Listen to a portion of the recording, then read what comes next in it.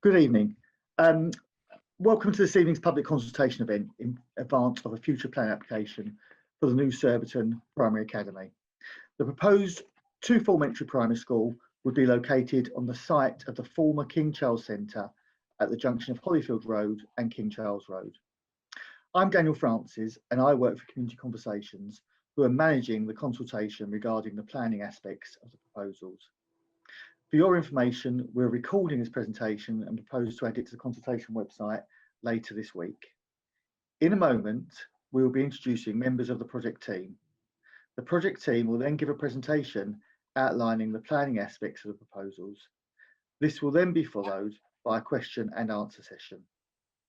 A number of questions have been submitted in advance of this evening's presentation from members of the public, which I shall address to members of the project team.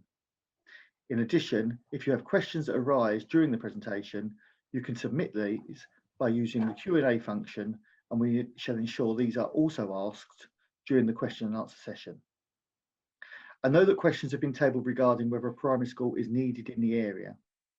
The Royal Borough of Kingston upon Thames outlined that it was required in the report presented to councillors at the Finance and Partnerships Committee in October 2019, which agreed the disposal of the site, and again in their school place planning strategy published in November 2020, which outlined their anticipated pupil numbers in future years.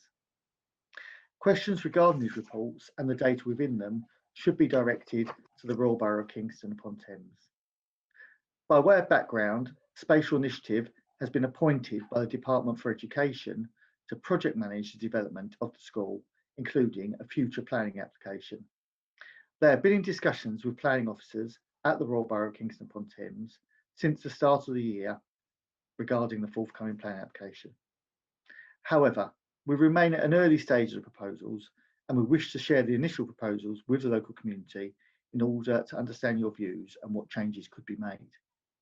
As well as answering questions this evening, you can submit comments and give feedback on the consultation website. Following the close of this consultation period, on the 31st of May, we shall review all comments received and, where appropriate, make changes to the proposals in advance of a future planning application. We shall produce a report called a Statement of Community Involvement, which will summarise the consultation responses and any changes made to the proposals. This document will be submitted alongside a large number of other technical documents as part of a future planning application. Following the submission of a planning application, the local planning authority will carry out their own separate statutory consultation regarding the planning aspects of the proposals that have been submitted. We're shortly going to be starting this evening's presentation.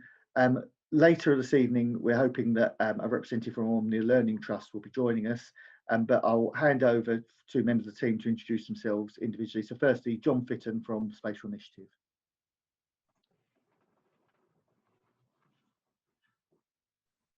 Hi, thank you, Daniel. Yeah, I'm John Fitton and I'm representing Spatial Initiative, who are the main contractor responsible for delivering the design and construction phase of this project. We are a modular construction specialist with many years' experience in delivering primary schools and secondary schools in residential areas. We work hard with our team of designers to take into account the specifics of the local area, and you know, you're in the hands here of a contractor who is clearly aware of the constraints of building in a residential area, as local schools, primary schools in particular, tend to be. So I'm the first point of contact as far as construction personnel goes. We build these buildings in a modular fashion, and that's to say that they're built principally in a factory, in blocks, in modules that are then delivered to site, craned into position, and this process allows for rapid construction activity on site. It minimises construction site traffic, it minimises on-site work and concomitant trades on site, which all leads to hopefully a speedier and less disruptive method of construction. So yeah, any questions relating to activities ought to come to me. Thanks. Thanks, John. And now to Brian from Nicholas Taylor and Associates.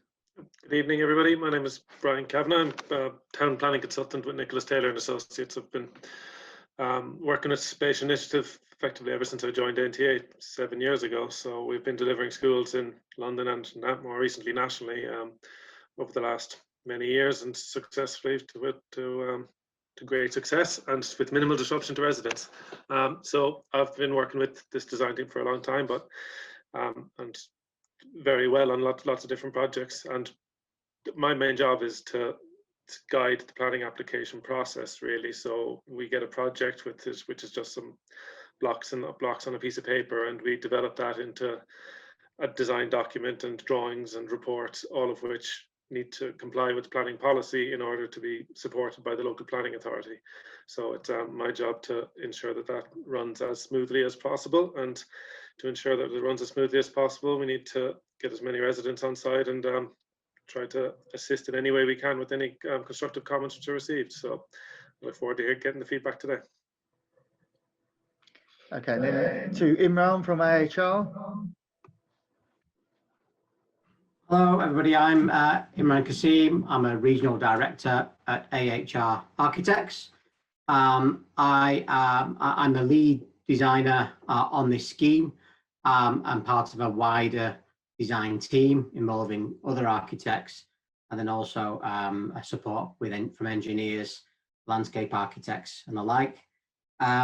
The firm I work for, AHR, has been involved in school design for past 30 years, and I myself have been personally involved in school design for the last 20 years of my career, and have developed a bit of a specialism in education of all sorts, but particularly primary and secondary education.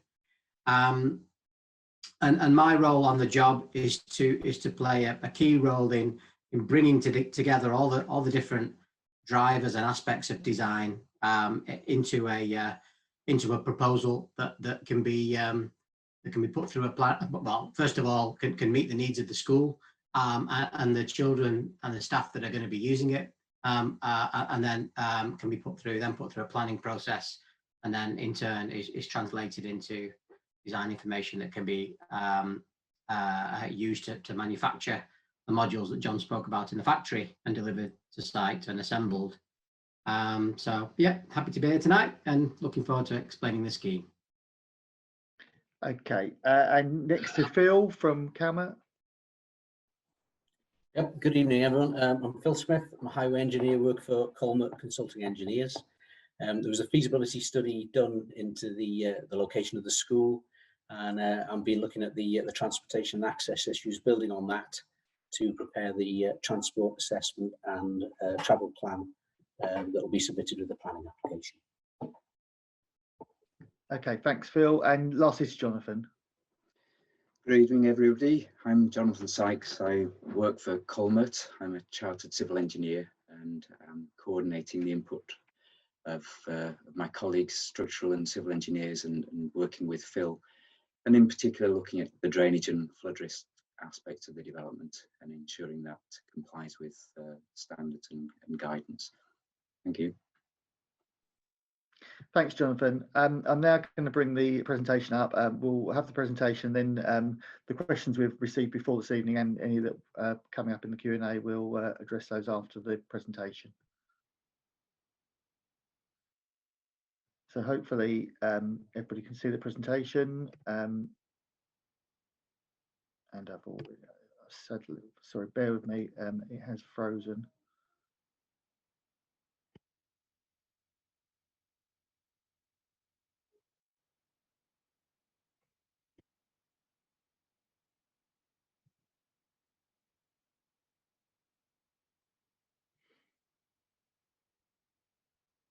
Right, so colleagues have introduced themselves for their respective organisations. So about the site, obviously residents will know that will know the site, and the Royal Borough of Kingston upon Thames disposed of the site to the Department for Education in 2019. This project is funded by the Department for Education and will be delivered by the chosen contractor, which is Spatial Initiative, who are responsible for securing plan permission and implementing the scheme. The site currently comprises the King Charles Centre, which is vacated, and the main building sits central on the site, with a secondary building close to the south of the site. And Kingston's, as a local authority's involvement, was that they have disposed of the site, and going forward, they would be responsible for determining any planning application. As I've said earlier, they also have separately commissioned reports on school place planning in the local area. Imran, if it's okay, I'll hand over to you to talk about the proposals that are coming forward. Okay, thank you, Daniel. So this slide shows the location of the site. So it's the area bounded within the red line. As Daniel mentioned, it houses the King Charles Centre currently, which is the larger of the two buildings, and then there's an ancillary building behind that, which sits between the main building and the stream. The rest of the site is then reserved for car parking and landscape. It's a fairly prominent corner plot, and the site sits opposite the Fish Ponds Park to the north, and then also Alexandra Park to the east. And it also then interacts with the road junction between Hollyfield Road and King Charles Road, which in itself is a busy junction and is subject to certain traffic calming measures as well. Neighbouring properties to the west include the British Legion Club and also the adjacent Gymnastics Club, which is the building hard up against the western boundary of the site. And then to the south, as I mentioned, is the local stream, the brook, and on the other side of that are the rows of houses, semi-detached houses to the south. Next slide, please.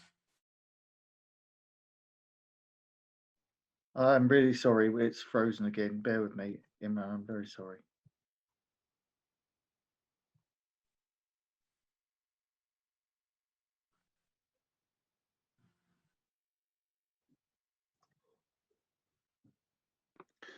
Imran, while Daniel's bringing that up, do you want to just go through the brief just to preface it?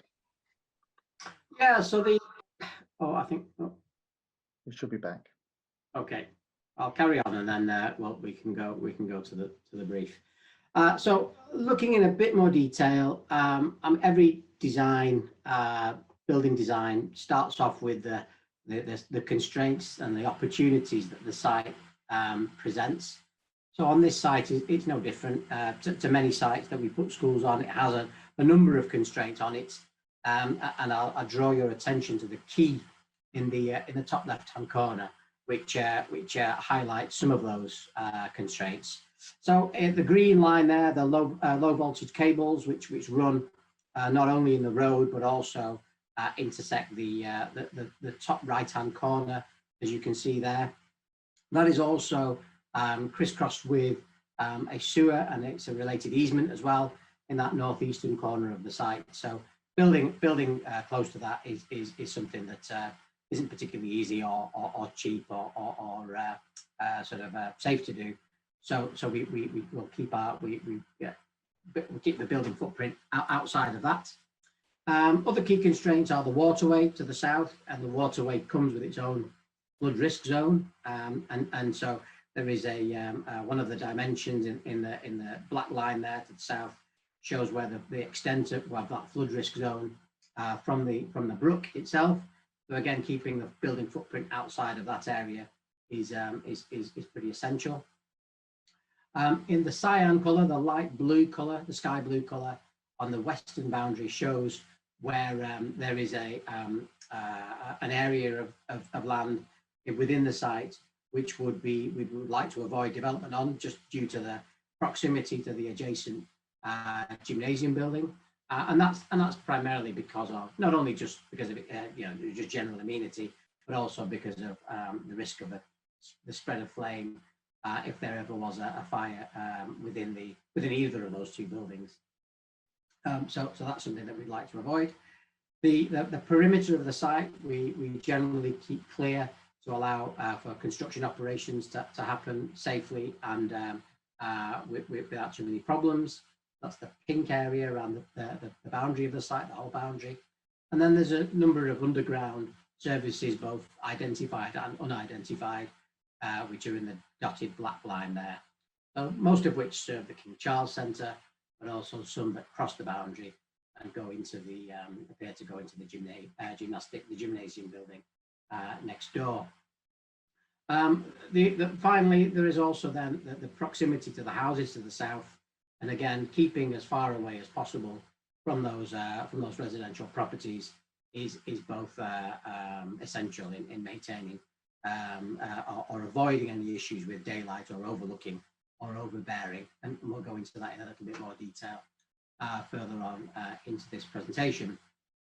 I did say finally there is one more thing, and that's the road junction, which is highlighted in a sort of a deep pink, dark pink up in the top right-hand corner there.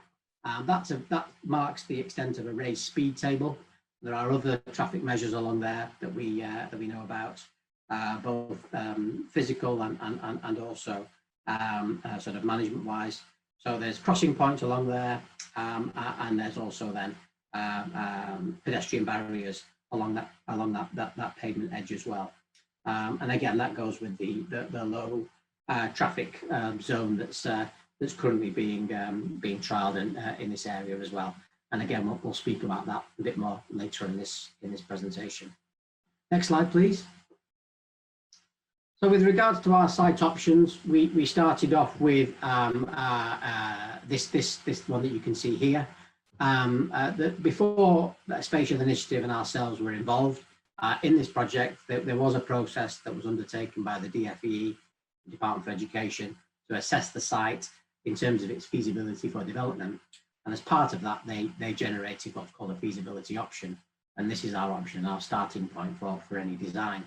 And this proposed the building would be a sort of an L-shaped building to the western portion of the site, as you can see, with the remainder of the site to the east then dedicated to hard outdoor play spaces, playgrounds and multi-use games areas, and then also a car park in the northeastern corner, which had an entry and an exit point off Hollyfield Road. Now, the position of the building did raise some issues and some problems potentially. And three key ones really. One was the proximity to the gymnasium building. So just how those two buildings just were very close to one another. As I mentioned, the fire risk that would potentially sort of trigger, but also buildability as well. Having enough space to build a new building when it would be in such close proximity did raise some problems there. The building then also would be very close to the stream, and so therefore within the flood risk zone. So you know, that would in itself raise problems with the design and overcoming that risk, and not being able to mitigate it sufficiently. And also the southern part of the building would be much closer, would be quite close to the houses as well to the south. And given its proposed 3-story massing, we felt it was a bit too close and may lead to a degree of overbearing or over sort of have too much of an impact on the amenity of those residents. Next slide, please. So having sort of considered that, we decided to look at a different option. This option here, which was our starting point for our own work, was a much more rectangular scheme. So it wasn't an L-shaped, and this rectangular building footprint in the dark sort of thick black line would face Hollyfield Road, and it would have the play areas and the hard play areas to the south, and the car park in a similar position to the feasibility option in the northwestern corner. Slight change being that this option had a potentially an exit or an egress from King Charles Road, and then a corresponding entry or exit into Hollyfield Road. Now the position of the car park did raise one of the key issues with this particular option, in that it was very, very close to the raised speed table and the busy junction, and the entry and exit points into the site were deemed to be simply too close to the junction to be considered considered safe or potentially safe. So that was a key issue. The other key issues were that the building footprint, as it proposed here, was still very close to the gym, and that still gave us some issues with regards to the problems that came out of that proximity. The good things about this option were that the building moved significantly further away from the residential buildings, the houses to the south, and indeed from the watercourse as well, and so therefore out of that flood risk zone. Next slide, please. So our second option here, try to retain some of those positive aspects, keeping away from the houses and the stream, but look to do away with some of the downsides. So moving the building eastwards, so essentially it swapped positions with the car park was the key move here. What that did do, it moved the building away from the gym, therefore there wasn't that proximity issue. And it moved the car park away from the road junction, which made it much safer in the eyes of highways engineers when it came to vehicles coming in and out of the school site and interacting with other traffic on the road close to that junction. So this then began to open up a set of possibilities that indicated we could make this site work from an education school's point of view. Next slide, please. So our developed option, as this slide indicates, was based very strongly on that last slide.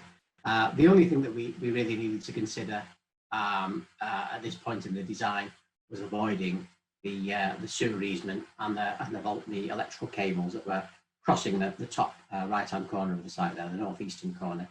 We did need to push the building back just a little bit, but not so far south as to create a problem with the flood risk zone, or indeed with any overlooking issues when it came to the houses to the south. Next slide, please.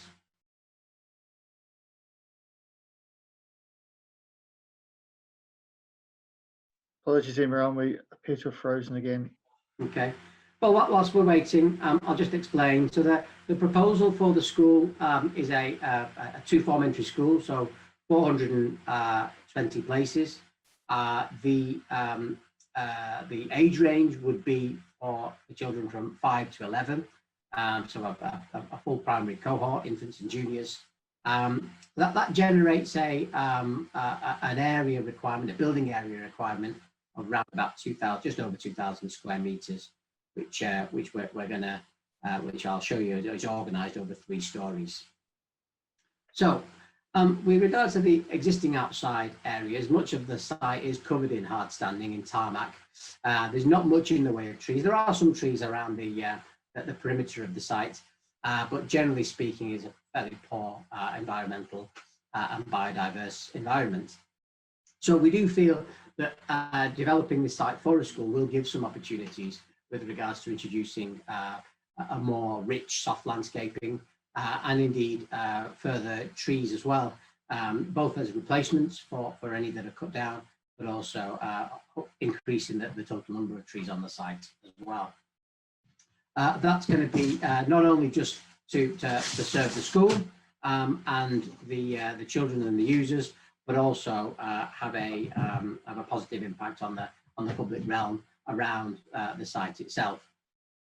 In addition to those soft landscaping areas, and we are also proposing hard play areas as well, playgrounds, if you will, in old speak, which will act as sports pitches or sports areas from a variety of games, but also as a general purpose social space as well during lunch times and break times. And then the boundary treatment for the site will have to involve some fencing to create a secure site, but we're looking at that carefully, the specification of that, the colour of that, and also how it interacts with soft landscaping to create as soft a boundary treatment as possible. Next slide, please. So tree planting, so the arboricultural survey has been undertaken as part of our investigations, and that identified 15 trees and a group of 11 trees within or adjacent to the site. And none of those trees are protected by a tree preservation order or are within the conservation area. It is proposed to remove a section of 7 trees which face along Hollyfield Road, and 6 of those trees are built over a water main. So following the pre-application and our discussions with the design review panel, we are reviewing if any more of these can be retained, and understand that it would be positive for us to be able to do that. It's also proposed to remove 4 trees facing King Charles Road. Now, those trees are low quality and they're built into hard standing, so potentially have a limited lifespan. We are working on a tree planting plan, which is going to be revised a little bit further to the one we'll show you here today. But we are, again, it's all part of the process that we're undertaking ahead of the planning submission. There are other landscaping opportunities at the west, south and north boundaries, and we hope, as I said before, to deliver a mixture of soft landscaping and tree planting, which will include a forest play area as well in the southeast corner of the site. Next slide, please. So the proposed site area, the proposed site layout, sorry, is what you can see here.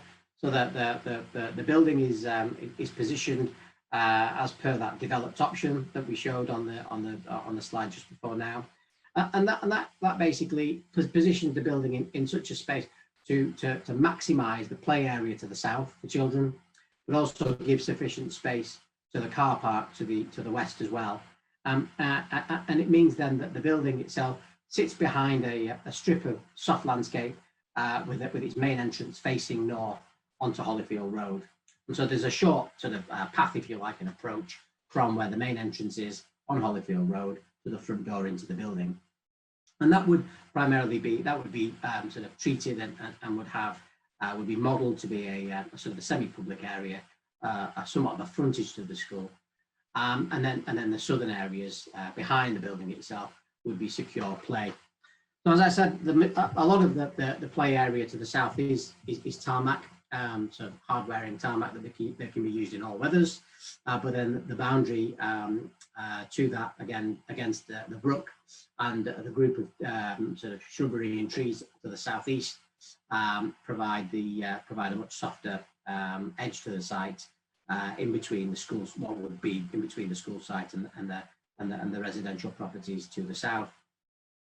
The car park to the west has is gated and contains a small number of car parking spaces, and then enough space for a refuse vehicle or a delivery vehicle to come into the site and be able to do a 3-point turn and to be able to leave in a forward gear. So thus sort of minimising any risk with regards to vehicle movements, and all vehicle movements would be completely isolated from any areas that where pupils are going to be present as well to increase safety.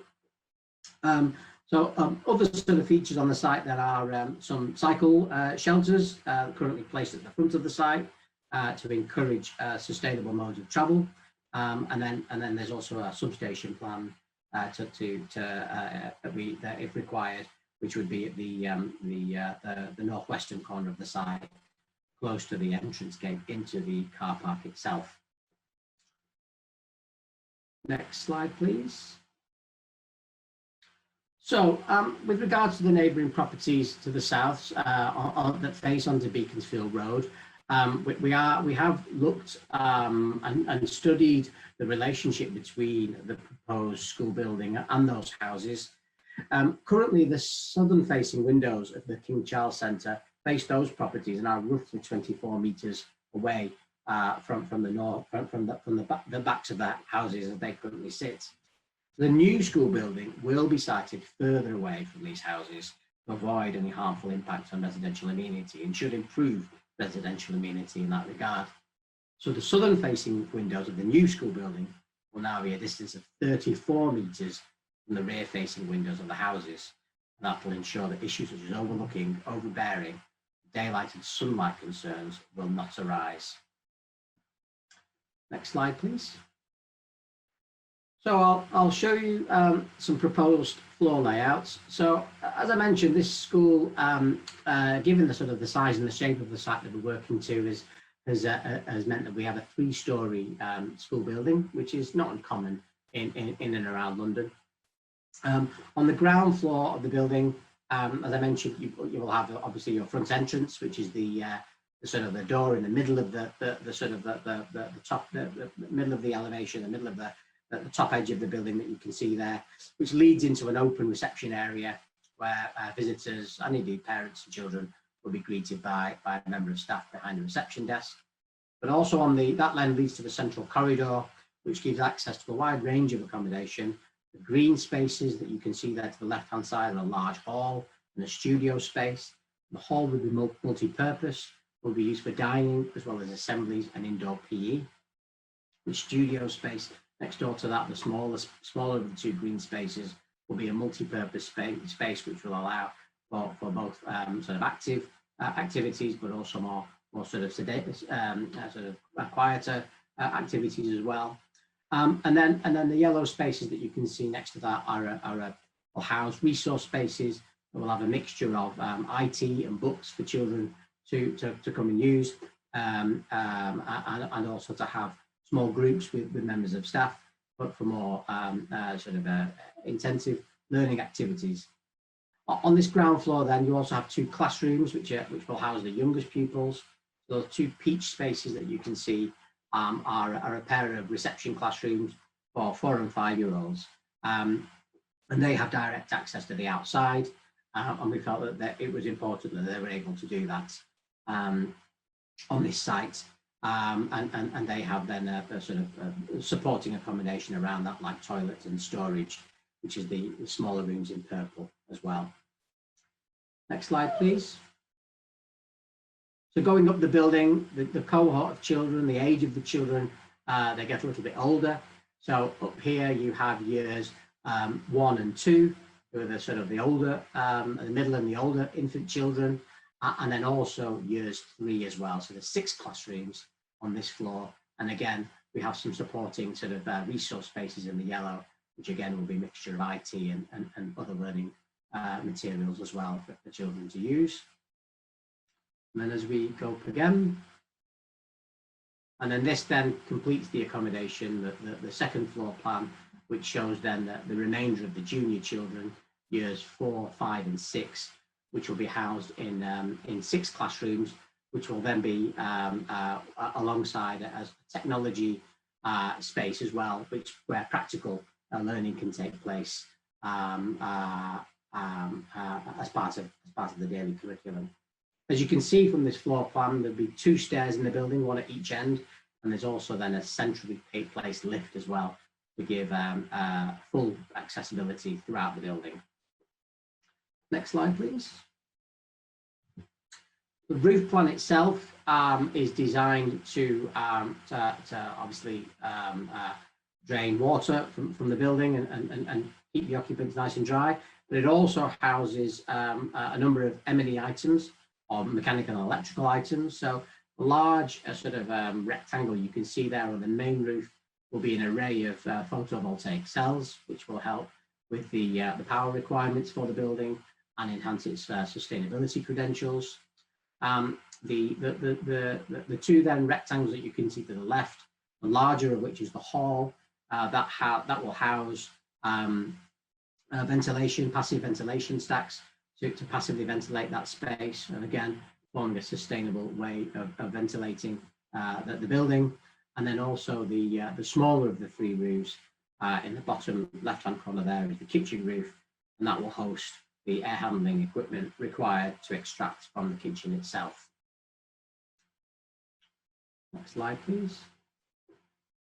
In terms of the building appearance, we as designers, we opted for a sort of a muted set of colours that wouldn't look sort of outlandish and would blend in to the surrounding area and not compete, but also wouldn't date as well, which we felt was important. So what you can see here on that north elevation is a material which is the grey material is as a brick slick cladding, But with this being a prefabricated modular system, we would opt to go for a brick slip rather than a traditional masonry construction.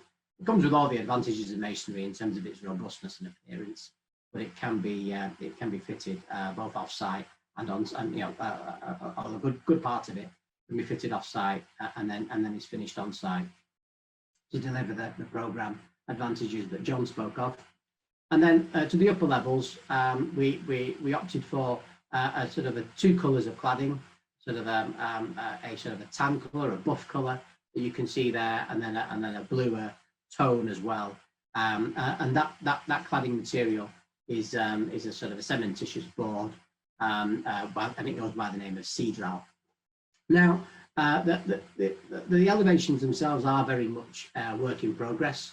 We have been through several design processes, and most notably a design review panel by sort of architects that were sponsored by the local authority to come and have a look at this. So we are in the process of taking on those views. One of those views was, could we make the building look more natural and to reflect the parks, parkland and the greenery around the site a bit more, and that is something that we'll be taking on board. I should add as well that the window pattern in these buildings is very highly engineered. One of the outcomes or the performance standards that we are asked to provide against for buildings of this type of the DFE are very stringent standards with regards to daylighting and ventilation. And so these windows, the size of them, the proportion of them, and the way that they have a mixture of opening lights and grills which connect to the air handling systems are designed to deliver a very high standard of ventilation and daylighting to those spaces, all of which are modelled by our engineering team to give us sufficient confidence that they will work and will continue to work for the lifetime of the building.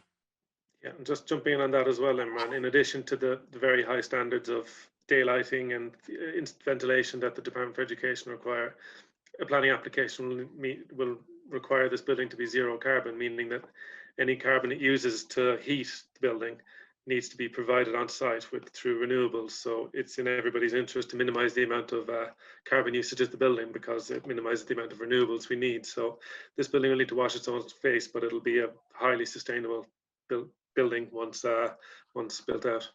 And can I also welcome Jodie Croft as well at this point? Daniel, do you want to do the honors? I was going to just Jodie, how long are you with us for? Sorry, I was just going to let Imran yeah, finish. no, I can stay till the end. That's no problem. if we just let Imran finish this part, and when we get to the travel aspects, I was going to let Jodie talk about the trust as well as the travel aspects. Brilliant. So back to you, Imran. Sorry. Okay, thank you. So yeah, next slide, please. So these are some of the materials. These slides here show, this slide here in particular shows the Cedral cladding, so the sort of the tonal nature of it, and you get a sense for how it can be used, and it's quite a grown-up, smart material as well. But I don't think it would be out of place in a residential area. Next slide, please. And then this is the brick slip that I spoke about with the dark grey base to the building. So again, you can see on the image to the right-hand side, how it would be fixed back to the building. It's a sort of a modern system, if you like, a highly engineered system, but it does have the look of a traditional masonry wall at the same time. On the left there, you can see examples of a couple of buildings that have used this system. Next slide, please. So here we'll have some existing and some proposed visuals. So this is a view into the site from Hollyfield Road. You can see King Charles Centre there, sort of in the centre of the site.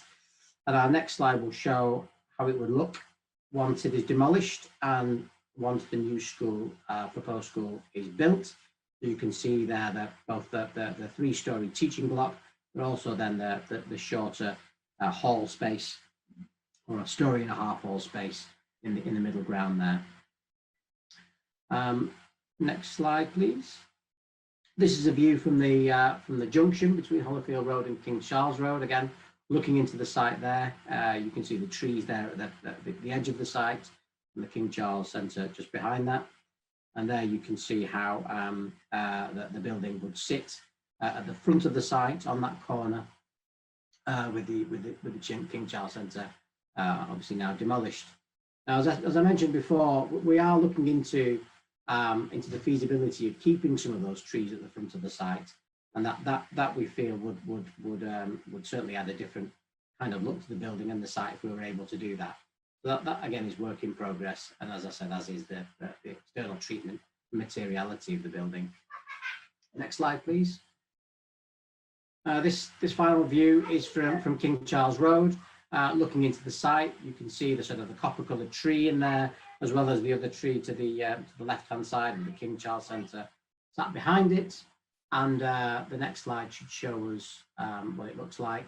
Those two trees we're looking to retain, and then the building itself then again would sit towards the front of the site, towards Hollyfield Road, with the children's play area to the rear of that, which we see in the sort of middle ground there. Next slide. So over to Phil, I think, at this point to explain the transport and access arrangements. Okay, thank you. I think from the layouts that Imran's discussed, we can see where the car park was positioned to the northwest side of the site. The reason for that is to try and give an appropriate distance between it and the junction, so there's no conflict between movements between the movements at staff car park and the existing junction. It'll have 15 spaces, with 2 of those being to mobility standard for blue badge holders. And it's proposed that use of the car park will be, although we don't anticipate a high number of staff movements anyway, but they'll be controlled through the travel plan, which we can talk a bit more about later, and that Jodie's able to give some information on how it works at an existing school. The vehicular access at the moment is gained primarily from King Charles Road, but you're obviously aware with the site, they're very low standard accesses, so they would be stopped up as part of this design, and a new access created off Hollyfield Road. And as Imran touched on as well, there's cycle spaces provided in a secure shelter, which is in line with the TfL requirements in terms of ratio for staff and pupils. So we'd have shelter for 62 bicycles on site. And then from a pedestrian access point of view, the area is already well served in terms of the junction's got a raised table with crossing points and so on. So with using those as a guide, if you like, as to where it's appropriate to locate accesses, we've got one close to the existing crossing point on King Charles Road, and a main access off Hollyfield Road close to the entrance. There's also a secondary access for visitors and so on to the main reception part of the building, but that wouldn't be used by pupils. I think that covers that slide, Daniel. The predictions, these are sort of like the headline numbers that you're probably aware of. The feasibility study that was done for the site looked at trip predictions, and we've revisited those to validate them. They're based on census data, 2011 census data for some nearby schools, but that's 2011 data, and so that, whilst that's an accepted methodology for this sort of situation, it's fair to say maybe that those schools may not have implemented travel plans as robust as the one that will be at this school. But notwithstanding that fact, they've still got something like 2/3 of children in the area accessing schools by non-car modes, with walking being the primary sort of mode as you would expect, with about 57.5% walking to school. The car use figure that's given there of 93 car movements for pupil drop-off and collection, that's at full occupation of the school. So it's important to point out at this point that the school's going to increase in pupil numbers at a rate of about 60 per year from the opening year. And if you divide that 93 by 7, you simplistically get about 13 car movements per year of school. So the car movements will build up slowly from the opening of the school, so there'll be time to monitor how that's going, implement the interventions through the travel plan. So it's hoped that we wouldn't reach this total, but that's based upon what's happening at the existing similar schools in the area. The other thing is also to bear in mind that these car movements won't happen coincidentally. things like breakfast club, after school clubs, and just the general way in which parents need to coordinate this with other things they're doing, means that typically in schools, drop off and collection activity takes place over an hour. So there won't be a need to accommodate this sort of number of vehicles coincidentally in the area. It'll be spread out over a period of time. Moving on to the staff.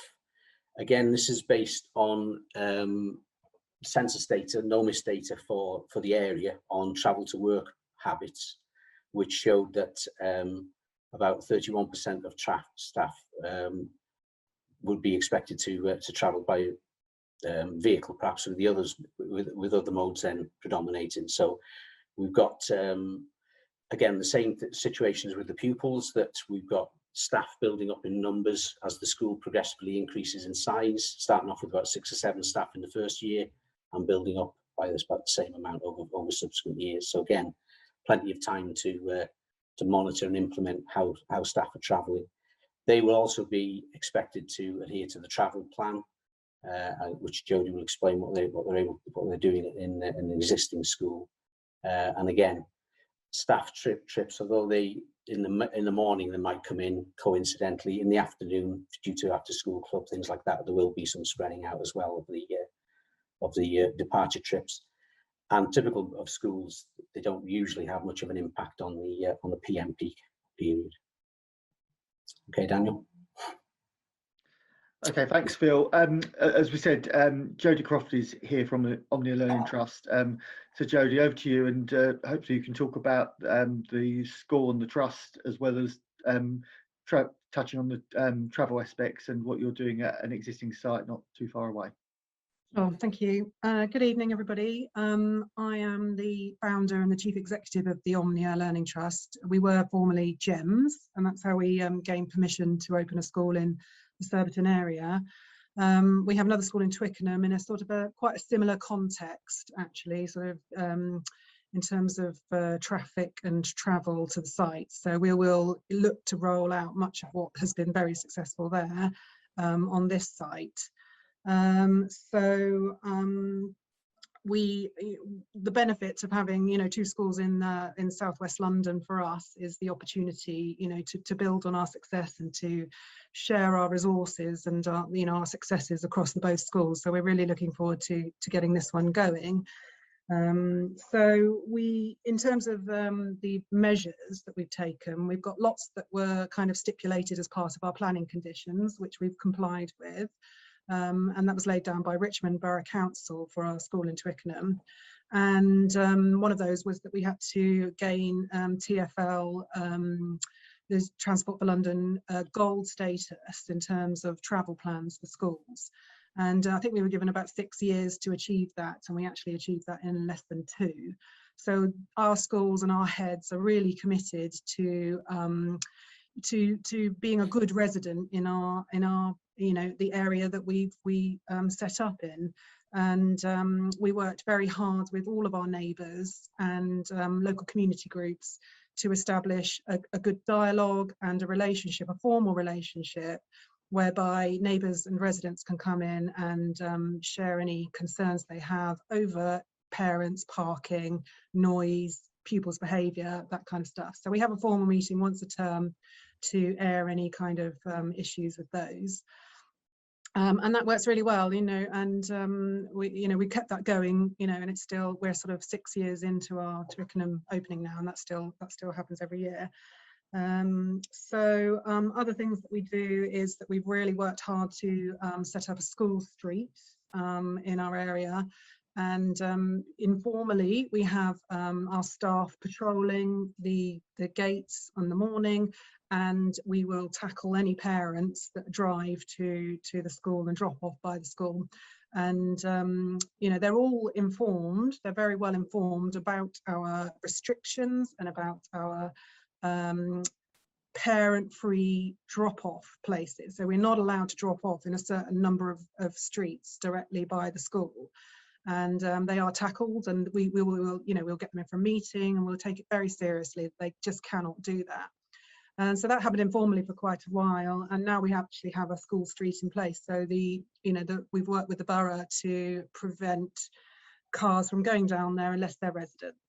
So anybody driving through will get a parking ticket now, which is pretty extreme. And I'm not sure I quite like it as a parent myself, but I'm getting used to it.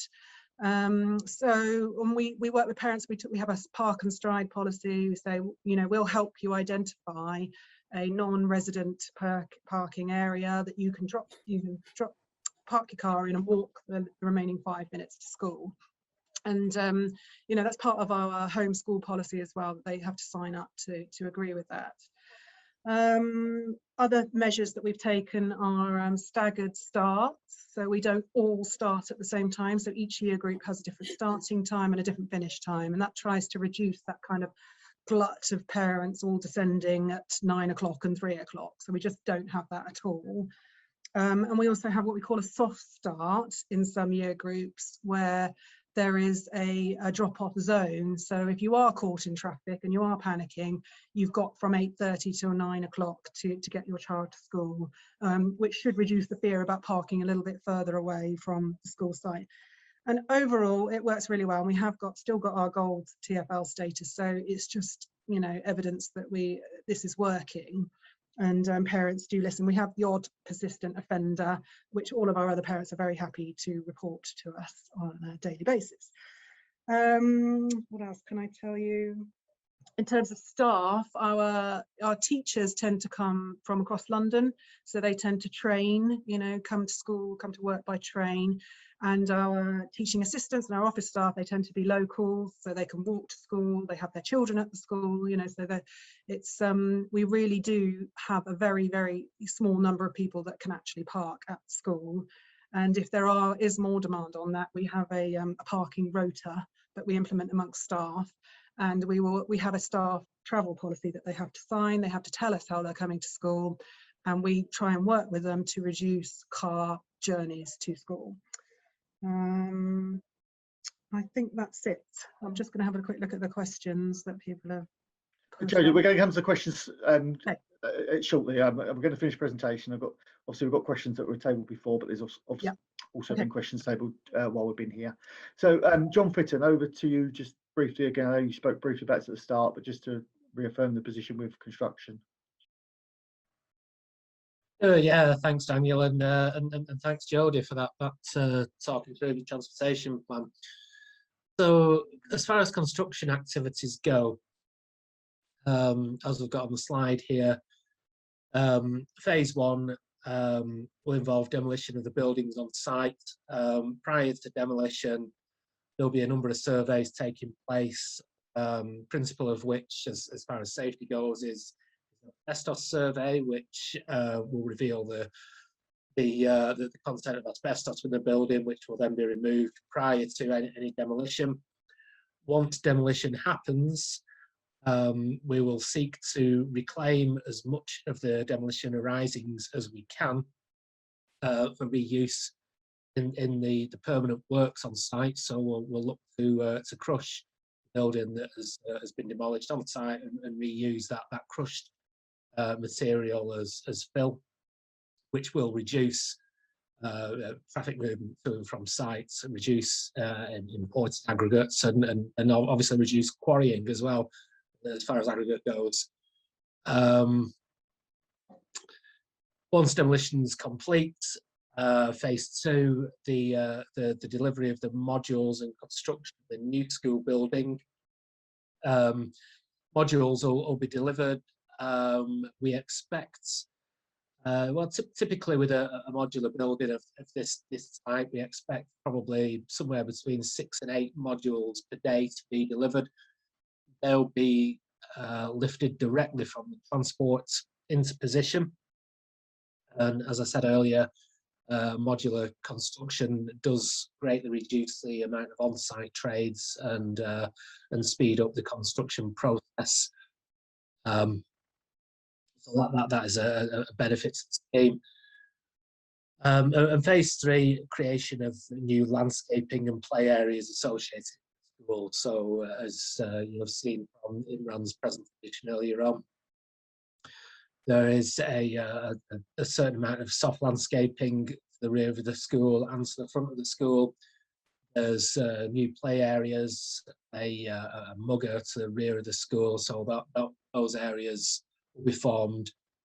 Once the superstructure of the school is completed, and then the will be clad in the materials that you've seen, and concurrently the external areas will be built as well.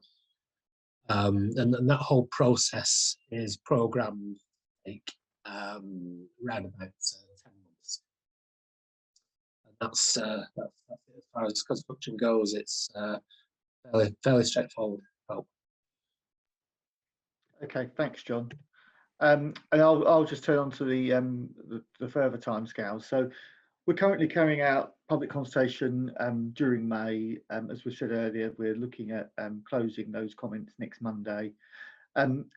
Hopefully during June we may be able to submit a planning application, and if that is the case, that will be determined by the local authority in the autumn of this year. If all those timescales were to be met, then we'd be looking at a school opening on site in September 2022. But as I say, if those timescales were to be met, if there are slippages in those timescales, you could well be looking at a school opening in 2023. And in terms of feedback, if you're here this evening, you would have been already to the consultation website, but the consultation website includes 6 consultation boards outlining the proposals, as we have again this evening. There's also the frequently asked questions page, and we will be posting videos of both last Wednesday and this evening's video later this week. And you can post any further comments or feedback via that feedback page. And as I say, please do ensure we receive these by next Monday. We'll then be looking at those and collating those, as I said earlier, into a statement of community involvement. As has already been said, we are already looking at changes, for instance, to the design and to the tree planting scheme. So we'll be looking at those and any other comments received and collating them ready for a planning application. But when we get to that planning application stage, I'm going to stop the presentation now, and we're going to shortly move to question and answers. But when we get to the planning application stage, we would be in a position where the local authority would carry out its own statutory consultation again on the revised proposals, as they will be at that stage, having taken into account the comments we've received from the community.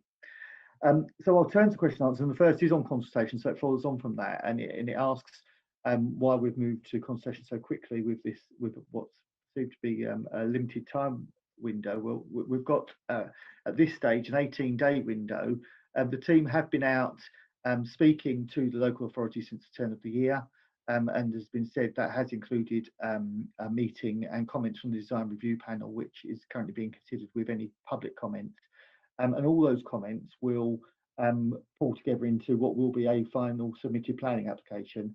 And at that stage again, all members of the public will have an opportunity to make representations on any revised proposals that are submitted to the local authority in advance of the determination of plan application. So this is a long process, and for residents, yes, this is the first part that they can engage in the planning process, but there will be plenty of opportunities along the way. And the second question on school places, which are, again, I'm happy to take, and then I'll hand over to colleagues for other questions. There's a question again which came up last Wednesday, which is asking if we'll review the demand statement for school places and present this as part of the application. As I said earlier at the start, it is the local authority's position in the report they submitted to councillors when they sold the site in October 2019, that the disposal of the site was required, and that the school places were needed. And they published again last November, 6 months ago, their school place planning strategy, which outlines their anticipated pupil numbers in future years. And that report does continue to reaffirm their position that those pupil numbers will be needed in future years. That report isn't part of this planning application, and any questions regarding it should be submitted to the local authority. But obviously, we have based a demand for a school on the wishes of the local authority in that regard. I'm going to hand over to Imran and Brian now. I'm sure I'll do a double that between them, just talk about distances. I know some residents from Beaconsfield Road have tabled some questions, so I'm just going to address what they are. So the questions are, if we could clarify the distance between the current 2-storey building and the rearmost windows of properties on the north side of Beaconsfield Road, and if we could also clarify the distance for the proposed 3-storey building. And in addition to that, have the distances we quote been measured from the single-storey pottery shed or from the 2-storey main building? And again, in addition to that, can we specify exactly where the newly proposed distance of 34 metres has been taken from, given that there's a variation of fixed structures to the rear of properties in Beaconsfield Road? So I think I'll hand over initially to you, Brian, and I'm sure Imran's there as well. Yeah, certainly. So the measurement that we've taken is from the relatively consistent rear building line of the rear outrigger, which at the upper levels is a relatively consistent building line. So when you measure that line and use the southeast elevation of the main King Charles building, the main building, not the pottery building, that's 24 meters, and it's pretty much 24 meters consistently all the way across. The proposed building will be 10 meters further away than the existing original King Charles building. Effectively, the pottery building in relation to the properties in Beaconsfield Road is about 13 meters away, but that's being removed completely. Remind you of anything to add as the architect? No. I think you've answered that question. Yeah. Okay, thanks. John Fitton, I'm going to ask some, there's been some questions tabled this evening about the modular building. So the questions are, a modular construction rather requires a large logistics site to be closely located to the build site for storage of the modules. And where do we envisage that site would be? And also the lifting of those modules during assembly would require heavy lifting machines. Where do we propose they would be stored when not in use, and how would they be moved into position? Yeah, sure. Modular construction, as far as we undertake it, does not need any large logistics site nearby. The modules are transported from the factory on articulated vehicles. They'll come into the site and they will be lifted directly from the transport into position. So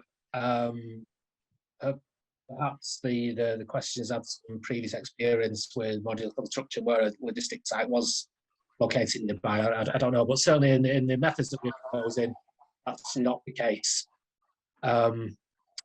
So onto the second part of that question, and how will the components be lifted into position? We'll have a self-propelled crane. What will that look like? It will be something of the order of a class 2 HGV in size.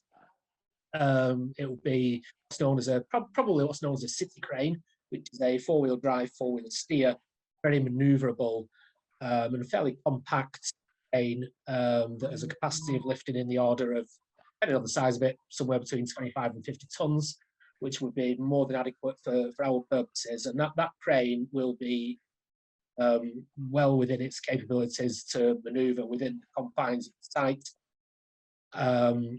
and crane those modules into position from the back of the transport where they need to be, and upon the close of business, at the end of the working day, the crane will just remain on site.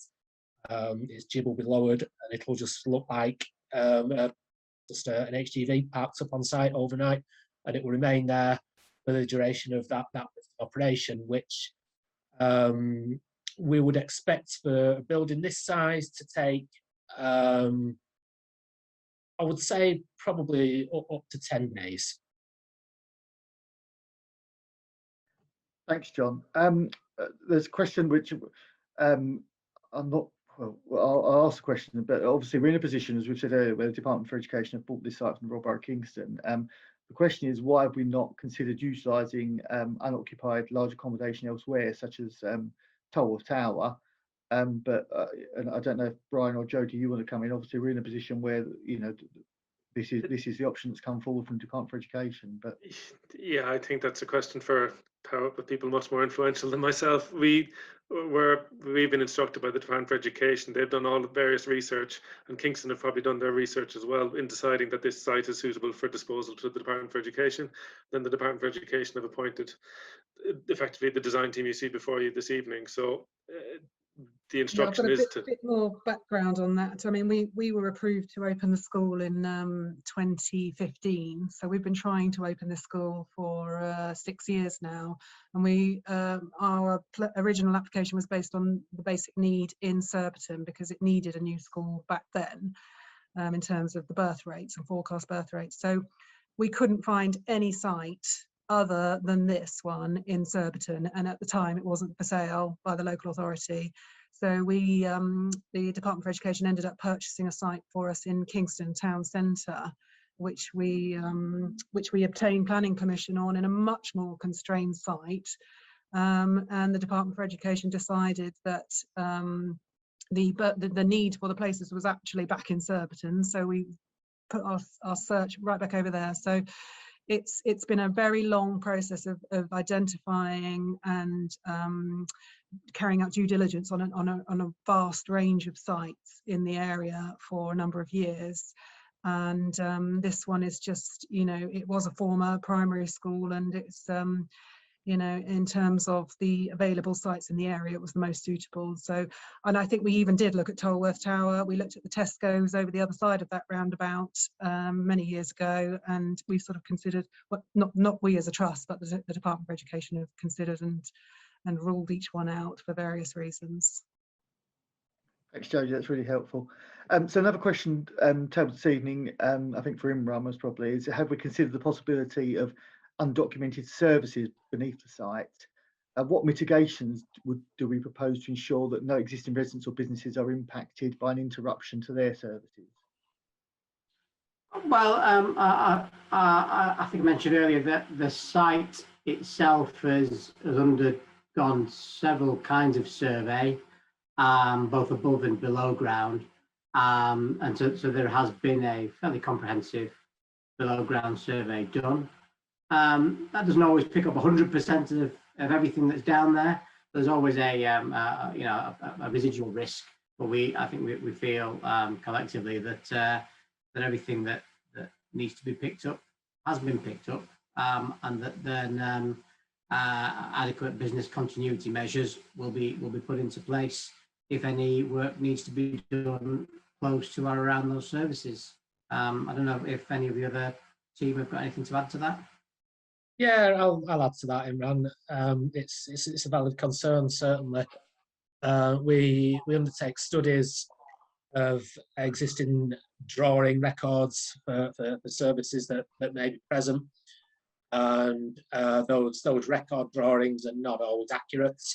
They don't always record everything that's there, and sometimes what they do record isn't accurately positioned. And for that reason, we undertake our own surveys prior to carrying out any work, and that is a statutory obligation on part of on us as a main contractor. So we've done the survey work, and indeed it has actually uncovered a previously unknown cable that's sort of across the northeast corner of the site. And our designers taking that into account, moved the building slightly to avoid clashing with that cable. So we are confident that we've now, subsequent to carrying out those surveys, we've now accurately positioned all the existing services that are buried. However, notwithstanding that statement, whilst works are ongoing on site, prior to any breaking of ground, there is always a services scan done locally immediately prior to putting a bucket of the machine in the ground. And that's part of a typical method statement for any contract that's undertaking any kind of excavation. It's part of our safe system work, so we will be confident that we would not have any services strikes. And furthermore, I would also just add briefly that the the services scanning that's been undertaken did by and large marry up the existing record drawings with some confidence that we've located apart from the unknown one that was picked up in the corner of the site. So I hope that would give some confidence to people that services have been thought about and planned around. Thanks, John. I'm going to just turn back to the design of the building, some issues about the site management. So there's a number of questions which I'll try and roll into one. So the points that are being made is firstly that there's a belief that the proposed building would obscure the light to properties on the north side of Beaconsfield Road, and what mitigations do we propose to mitigate that? Also, querying would the building be visible from properties on the south side of Beaconsfield Road? And then why can't a two-storey building therefore be proposed? If we pick those up, and I'll come back on a couple other points on that after. Certainly, I'm happy to tackle them in the first instance from a planning perspective, Imran. Yeah. So when a planning application is assessed, the planning department won't approve a scheme if it has an unacceptable impact on daylight and sunlight. That's a standard planning policy, and every planning application is assessed against daylight and sunlight. When you are assessing daylight and sunlight, there's sort of a BREEAM standard, which is the BRE guidance. Sorry, not the BREEAM, the BRE guidance, which is the sort of the gospel which every council in the country follows in terms of assessing daylight and sunlight. They can provide very scientific analysis of what amount of sunlight is getting into each window with very expensive consultants. But the test to determine whether you need a daylight sunlight report is that you do a section through the site of the new building and the nearest neighbouring houses, and you draw a 25-degree line. And if the new building interferes with that 25-degree line, then you need to do further analysis because you're potentially in breach of not meeting daylight and sunlight standards. Or building doesn't breach the 25-degree line. It's not even close. Even if you drew the line from the boundary of our site at the ground level, our building doesn't breach it. So following BRE guidance, and what this is the exact same assessment planners will make, they will say that there is no impact on daylight and sunlight for those very reasons. Sorry, that was number one about impact on light. What was number two, Daniel? Sorry, got carried away. The view from the houses on the other side of Beaconsfield Road. Thanks, Imran. I'm pretty sure they wouldn't be visible. They'd be screened by the houses on the northern side of Beaconsfield Road. I agree with that. I mean, the height of the building is such that I don't think it would be possible to see it, or if you did, it would be minimal. But I mean, we're happy to do further studies on that and present our findings in any planning application. But yeah, I think the impact of the houses on the south side of Beaconsfield Road will be negligible. As for the question around the massing of the building and could it be two-storey, that was part of the early optioneering done by the Department for Education, and that was rejected because the building footprint simply took up too much land on the site, which made the site unviable with regards to provision of play area and particularly car parking as well. It was felt that a three-storey solution offered the correct balance between having the right amount of accommodation for a school of this size internally, but also having the right amount of external accommodation to support outdoor activities for the children. Just to follow up on all of the statements we're making today regarding construction processes and logistics and daylight sunlight assessments, this will all be part of a planning application package where it can be fully scrutinised by the public and by every other stakeholder as well. We didn't want to inundate everybody with a lot of information as part of a consultation exercise when the scheme is subject to change. Once the design has been finalised, all of this information will be published and can be scrutinised in detail. Okay, thanks, Imran. Imran, sorry, just a couple that have been tabled tonight. So, and I think we've committed to some of this already tonight, but just to reaffirm, residents asked if we could talk about the proposed appearance of building, including the fenestration and facade design, and could more work be done to that. I think we've committed to that. But and the other point on that that's being made is, would we be looking at providing side elevations looking east and west, so residents could see them, during the, I presume, during the planning application stage itself. Well, elevations will be provided for all 4 sides of the building, and I think they were illustrated on the previous slide. I'm not sure what if that question, well, that addresses the question or not. Is that? I think in the design access statement, the document submitted, I'm presuming we would be showing those images in the Certainly, final form. we would be. Yeah, the design and access statement will give a full account of all 4 elevations of the building as they are proposed, and will include the visuals that I showed you updated to show the design at that time. We are also going to provide a site section which cuts through the new building and down through the house on Beaconsfield Road, so you can see the relationship from the back gardens of Beaconsfield Road and the proposed development on the King Charles site. Okay, that's great, thank you. So as we said, the plans, certainly design, are still evolving, and they will be there in that final submitted planning application for residents to be able to scrutinise. So just going back to the site again, and Jodie may want to come in on some of this as well. That residents asked or believes that there's a large number of children and staff having to use this piece of land. They've said we're packing them in, and how can it be a safe and pleasant environment to educate young children? And then the other question on that, in a moment, if we can turn to the fire assembly arrangements. Residents are asking where the fire assembly points may be, and how would it be safe to evacuate a building with the number of people that would be in it.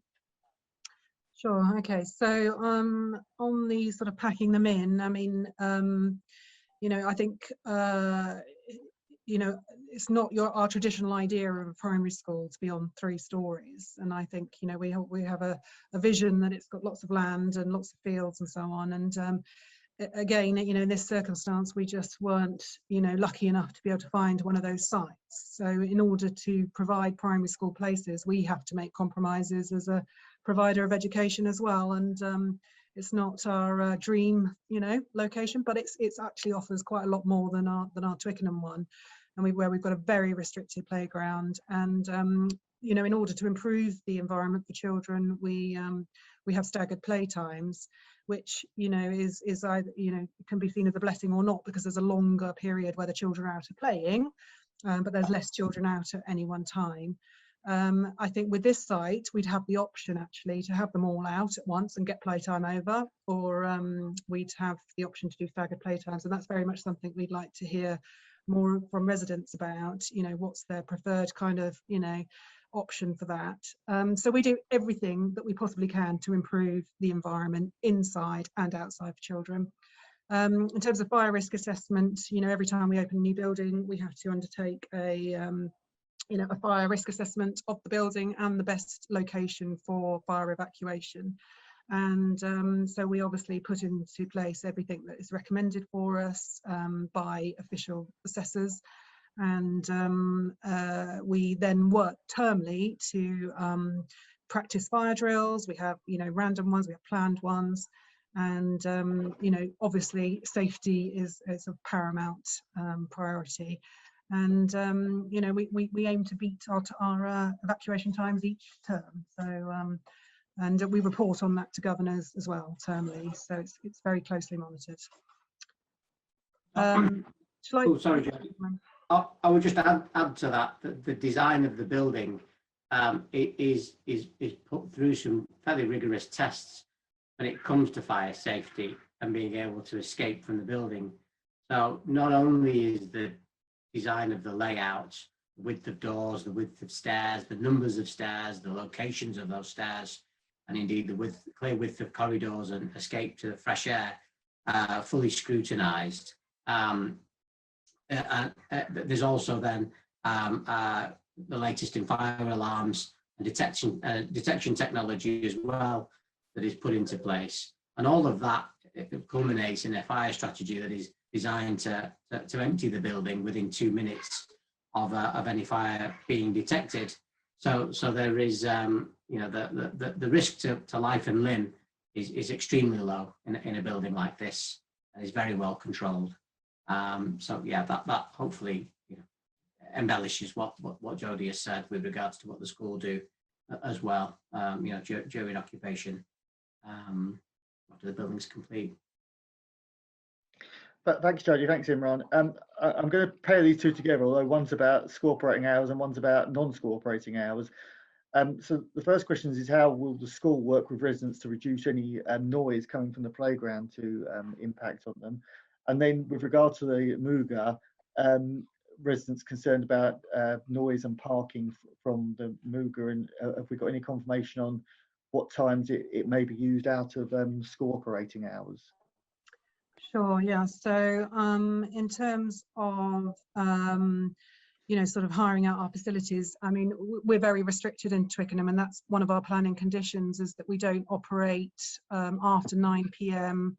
Monday to Thursday, and we don't operate at all on Fridays after school or at weekends. So it's actually really strict conditions for our external usage of the school facilities. So and that's one of the ways in which we've worked with local residents, and that's we're open to that. I mean, obviously it's beneficial for the community as well, so we wouldn't want to restrict it if it was going to be of use.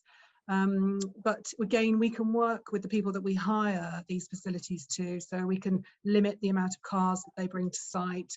We could ban parking altogether, not offer our car parking to site, or whatever's easy. We don't want to push those cars out onto the local streets. So again, we're open to being told what those conditions are, but we're also open to working with the community about what they would like us to provide and when and how often.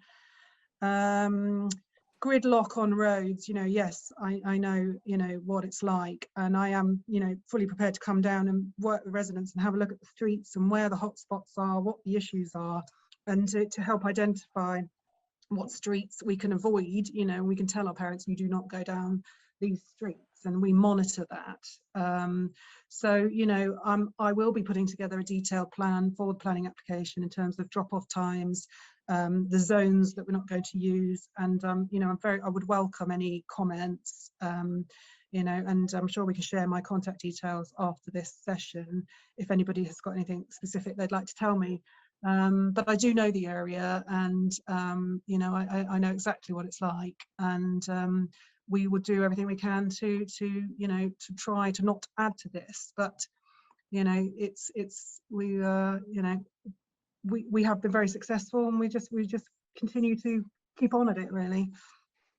I don't know if any other members, Brian or Imran, about screening. For obviously, one of the questions was more about playtime and noise from that. Yeah, certainly. So, notwithstanding Jodie's offers of staggering playtimes and having everyone get it all out of the way per se in one go, whichever works best for the residents, that's all brilliant, because it's best if you have a positive relationship between school and residents.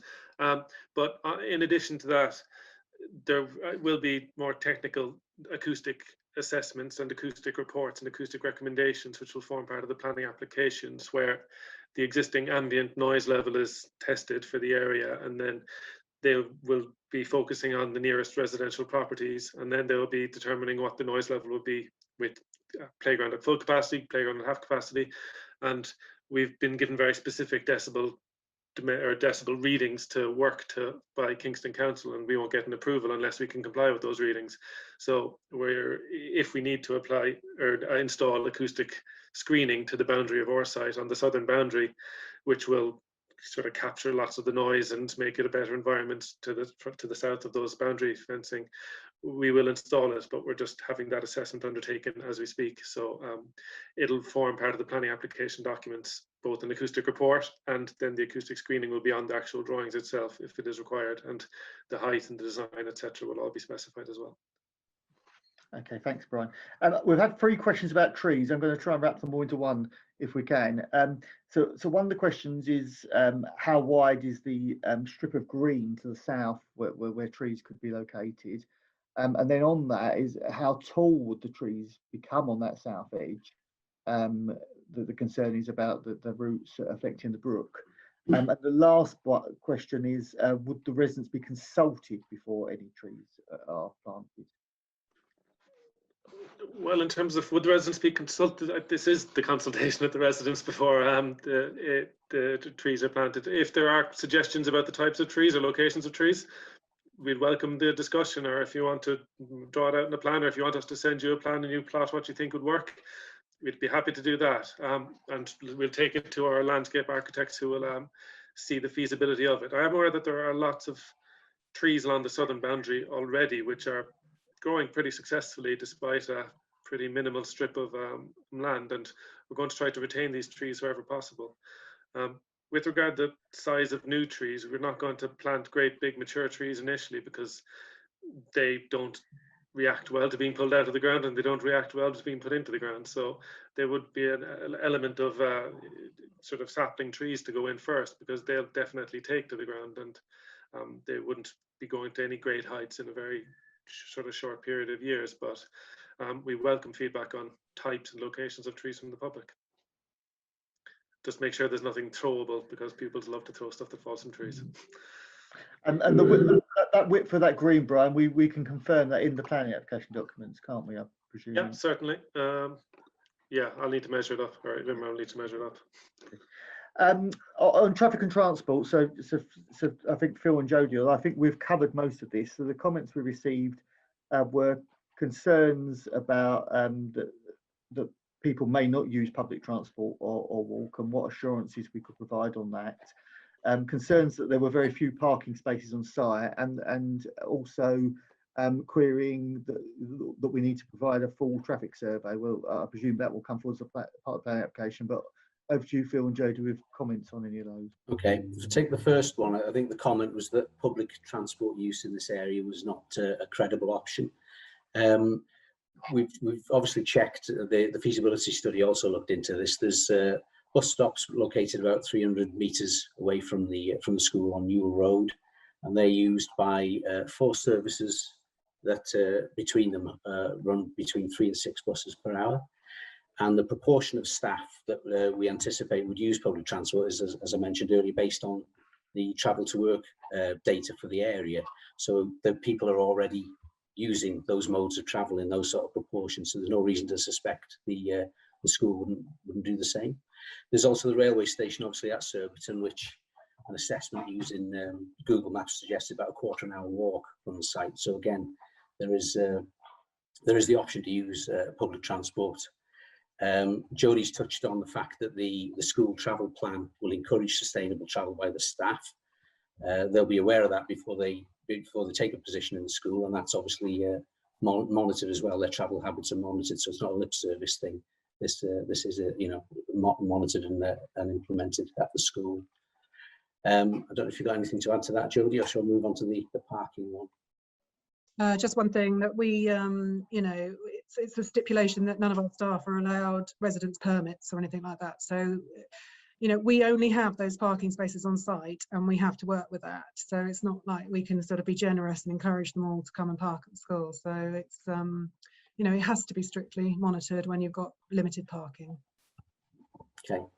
So the second question, I think, Daniel, was about why there's only a few parking spaces and what will happen about, I think, the local residents that want to park if they're visiting the parks adjacent to the school and so on. I think, as I mentioned earlier, with that, the fact that this school has things like the staggered start and so on, and will build up pupil and staff numbers obviously over a number of years as well, means that there'll be plenty of time to monitor how the traffic situation is developing. In the first year, if we think about, I think, sorry, you froze for a moment, Phil. I was about to say you'd frozen, but you're back. Sorry. I'm back. Sorry. Where did you last hear me speaking? We lost the last sentence or two. So. All right. So the point about the pupil numbers building up gradually, about 60 per year, yielding an anticipated about 13 cars each year. That if you take that in the first year, spread over the local network, that's like 3-4 cars per road. And although parking's in a premium, there'll be the ability to park further away from the school, as Jodie's mentioned, and walked in, those sort of numbers. And then obviously, as numbers build up, the travel plan will look at measures to actually control parking around the school. Staff are not permitted to park on the surrounding streets, and the car park, as Jodie highlighted, is only for staff use. It's not meant for use by parents. So the number of spaces provided on site is to cater for the anticipated demand for staff, places, and visitors, not for parents in drop-off and collection activity.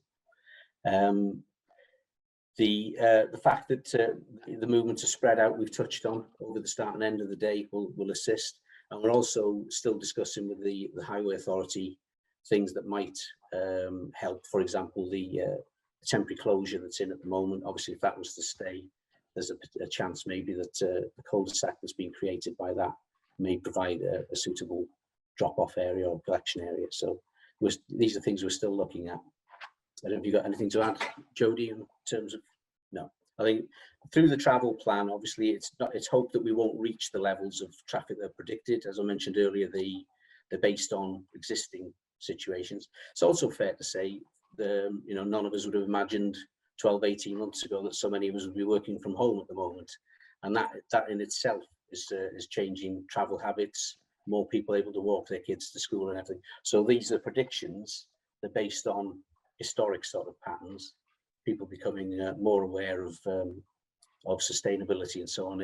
It's hoped that the school capitalise on that and cap growth. Does that answer the question, Daniel? Absolutely. Thank you, Phil. We've had a couple of points on construction. I think you've covered this in the main, John, but one of the questions was when we will present plans to mitigate the impact of the construction phase of residents. And then the other question leading on from that is asking that we provide a complete and detailed timeline for the 3 construction phases, including contingencies for public consideration. So would that form part of the planning application? Would we bring forward that detail at that stage, or would it be later? Planning application, certainly we would submit details of what we call our construction phase health and safety plan, which details all the mitigation measures that we undertake that would satisfy the first part of that question.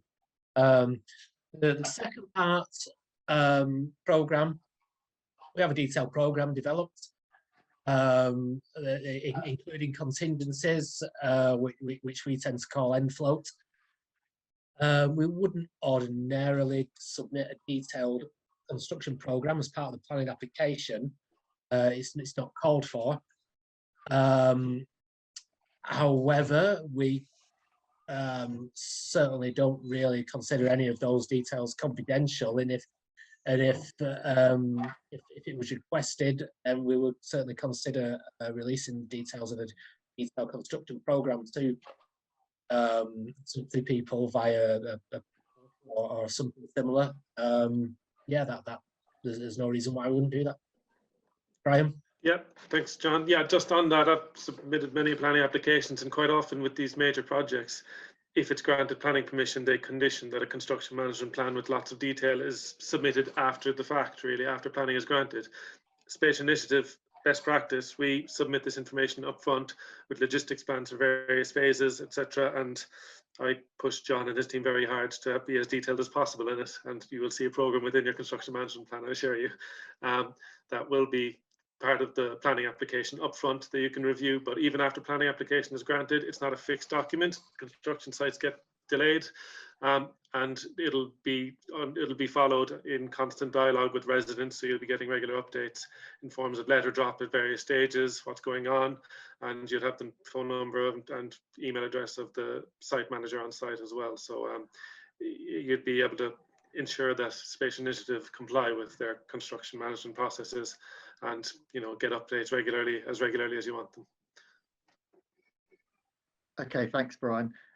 So I think we've addressed the questions that we were asked in advance this evening or tonight. Clearly, as I said, we are still, this is the pre-application stage. This is understanding comments from local community in advance of submission of plan application.